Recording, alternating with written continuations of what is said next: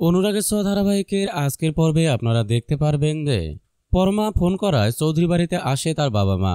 চৌধুরী বাড়িতে ঢুকতে গায়ত্রী চৌধুরী তাদের সম্মান করে বসতে দেয়। এরপর অতুলবাবু গায়ত্রী চৌধুরীকে বলে, বেআইন অনেকদিন তো হলো মেয়ে জামাইকে বাসায় নিয়ে যায় না, আর অব্র বাবাজি ব্যস্ত থাকায় জামাই বরণ পুজো তো করা হয়নি, তাই বলছিলাম মেয়ে জামাইকে যদি আমার বাসায় পাঠায় দিতেন। তখন গায়ত্রী দেবী বলেন, নিয়ে যান না আপনার মেয়ে জামাইকে, আপনার মেয়ে তো আর অন্য কারোর মতো অনাথ নয়।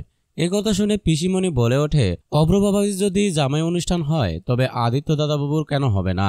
গায়ত্রী তখন বলে, এই তুমি চুপ করো তো, আদিত্য কোথায় যাবে? ওর তো শ্বশুর বাড়ি নেই, ওর স্ত্রী তো বংশ পরিচয় নেই। পরমার মা যখন বলে, পরমার সাথে সুদীপাকে কেন এক করছো? ওর তো একথা বলতেই পিসিমণি অতুলবাবুকে বলে ওঠে, কি অতুলবাবু, সুদীপার কোনো বংশ পরিচয় নেই? গায়ত্রী চৌধুরী বলে, ব্যাস অনেক হয়েছে, জামাই অনুষ্ঠান শুধু অব্রর হবে, আদিত্য নয়। সবাইকে অবাক করে দিয়ে আদিত্য বলে, আমরা না হয় মন্দিরে গিয়ে পুজোটা সেরে নিলাম।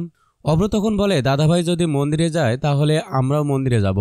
গায়ত্রী চৌধুরী তখন বলে ওঠে, একটা সামান্য গ্রামের মেয়ে যার কোনো বংশ পরিচয় নেই, কুল নেই, তার জন্য সবাই আমার কথা অমান্য করছিস?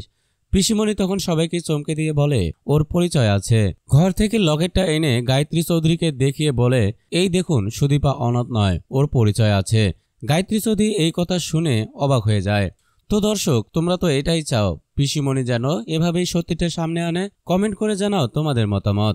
আর হ্যাঁ, আপনারা যদি আমাদের চ্যানেলে নতুন হয়ে থাকেন তাহলে অবশ্যই আমাদের চ্যানেলটি সাবস্ক্রাইব করে পাশে থাকা বেল আইকনটি বাজিয়ে দেবেন।